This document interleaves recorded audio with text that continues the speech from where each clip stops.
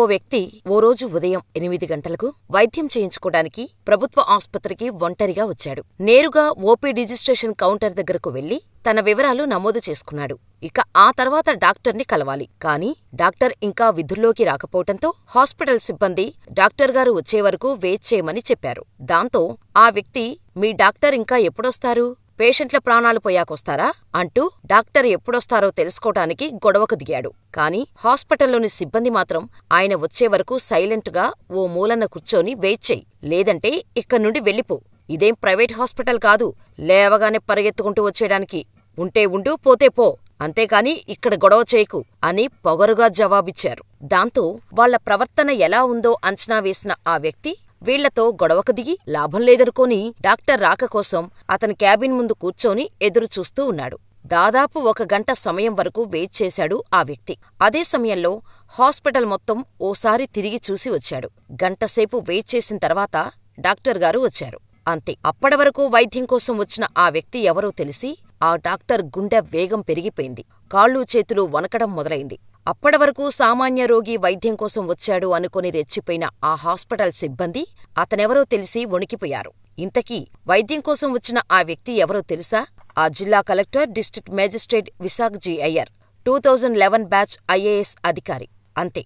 ఒక్కసారిగా హాస్పిటల్ మొత్తం షాక్. అతనెవరో తెలియని సామాన్య ప్రజలు, డాక్టర్తో సహా సిబ్బంది అందరూ కూడా అతని ముందు చేతులు కట్టుకొని నిల్చోవడం చూసి షాకైపోయారు. ఆ ప్రజలు అసలు ఏం జరిగిందో అతనెవరో తెలుసుకునేలోపే అక్కడి నుండి వెళ్లిపోయారు. ఆ తర్వాత అంతకుముందు అసలు ఏం జరిగింది? పూర్తి స్టోరీ తెలుసుకునే ముందు చిన్న రిక్వెస్ట్. మా వీడియోలు చాలా మంది చూస్తున్నారు కానీ మా ఛానల్ని సబ్స్క్రైబ్ చేసుకోవడం మర్చిపోతున్నారు. అయితే వీడియో చివరి వరకు చూసిన తర్వాత మా కంటెంట్ మరియు ఇన్ఫర్మేషన్ నచ్చితే వీడియోని లైక్ చేయడంతో పాటుగా మా ఛానల్ని సబ్స్క్రైబ్ చేసుకుని పక్కనే ఉన్న బెల్ ఐకాన్ కొట్టేసి నోటిఫికేషన్ ఆన్లో పెట్టుకోండి. చివరిలో మీ అభిప్రాయాన్ని కామెంట్ చేయటం మాత్రం మర్చిపోవద్దు.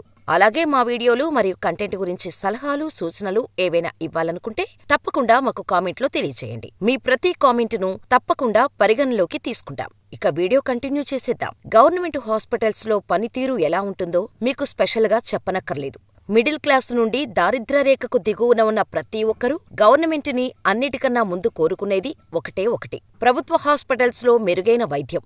అంతే. ఎందుకంటే రోజు కూలీనాలీ చేసుకుని బ్రతికేవాడు సంపాదించేదానికన్నా ఎక్కువ మొత్తం హాస్పిటల్స్లోనే పెడుతుంటాడు. ఇంకా ఎప్పుడు ఎదుగుతాడు? అందుకే మంచి వైద్యం కావాలని కోరుకుంటాడు. కాని ఏ ప్రభుత్వ హాస్పిటల్ చూసుకున్నా అన్నిటి పరిస్థితి ఒకేలా ఉంటుంది. రోగులను పట్టించుకోవడమే కాకుండా ఉచిత వైద్యమని వెళితే కాకులు పుండును పొడిచి తిన్నట్టు ప్రభుత్వ హాస్పిటల్స్ లో కూడా డబ్బుల కోసం రోగులను పొడిచి వసూలు చేసుకుంటారు.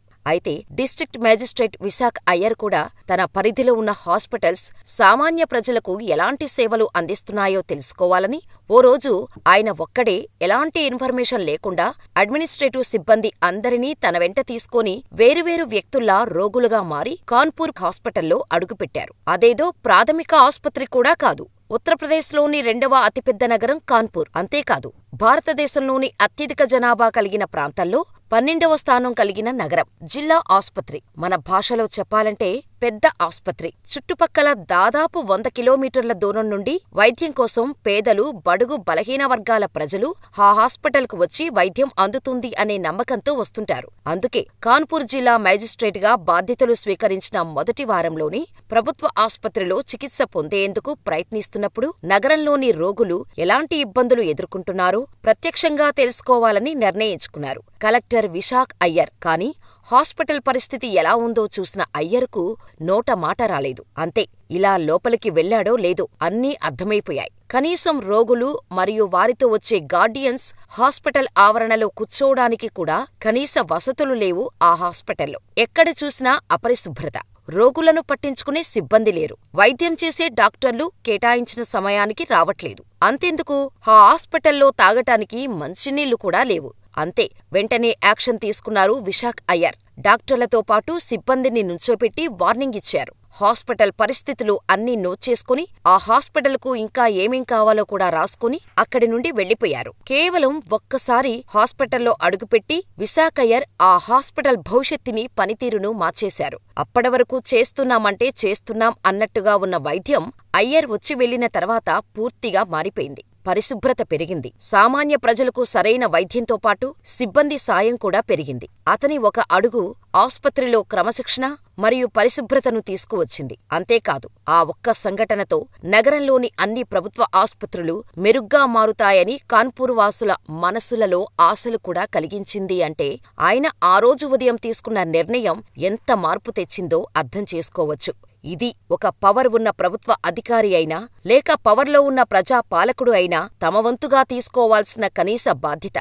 మా ఛానల్ ద్వారా ఈ వీడియో చూస్తున్న గౌరవనీయులైన ప్రేక్షకులతో సహా అధికారులు మరియు నాయకులందరకు మా విన్నపం. దయచేసి సామాన్య ప్రజల బ్రతుకు మార్చాలంటే, వాళ్ల జీవితాలు మారాలంటే కేవలం అధికారుల వల్ల మాత్రమే సాధ్యం. మీరు తప్ప ఇంకెవరూ వాళ్ల బ్రతుకులు మార్చలేరు. ఒక్కసారి సంకల్పించుకొని విశాఖయ్యర్ గారిని ఇన్స్పిరేషన్ గా తీసుకొని చిన్న అడుగు వేసి చూడండి. ప్రజల్లోకి వెళ్లి సమస్యలు తెలుసుకోండి. అంతే చాలు, మార్పు దానంతటదే మొదలవుతుంది. పేదల బ్రతుకులు కేవలం అధికారుల చేతుల్లోనే ఉన్నాయి అని ప్రతి ఒక్కరూ గమనించండి. మరి ఈ వీడియో నచ్చితే లైక్ చేసి మా వీడియోపై మీ అభిప్రాయాన్ని మాకు కామెంట్ ద్వారా తెలియచేయండి. ఇలాంటి మరిన్ని ఇన్ఫర్మేషనల్ రియల్ లైఫ్ స్టోరీస్ కోసం మన ఛానల్ ని వెంటనే సబ్స్క్రైబ్ చేసుకోండి. వీడియోలు మరియు కంటెంట్ పై ఏవైనా మీ సలహాలు సూచనలు ఇవ్వాలనుకుంటే కామెంట్లో తెలియచేయండి, లేదా డిస్క్రిప్షన్ లో ఉన్న మెయిల్ ఐడికి ఈమెయిల్ చేయగలరు. Thank you. మరొక వ్యక్తి రియల్ లైఫ్ స్టోరీతో మళ్ళీ కలుద్దాం. అప్పటి వరకు ఇక్కడున్న ఈ వీడియోస్ చూసేయండి.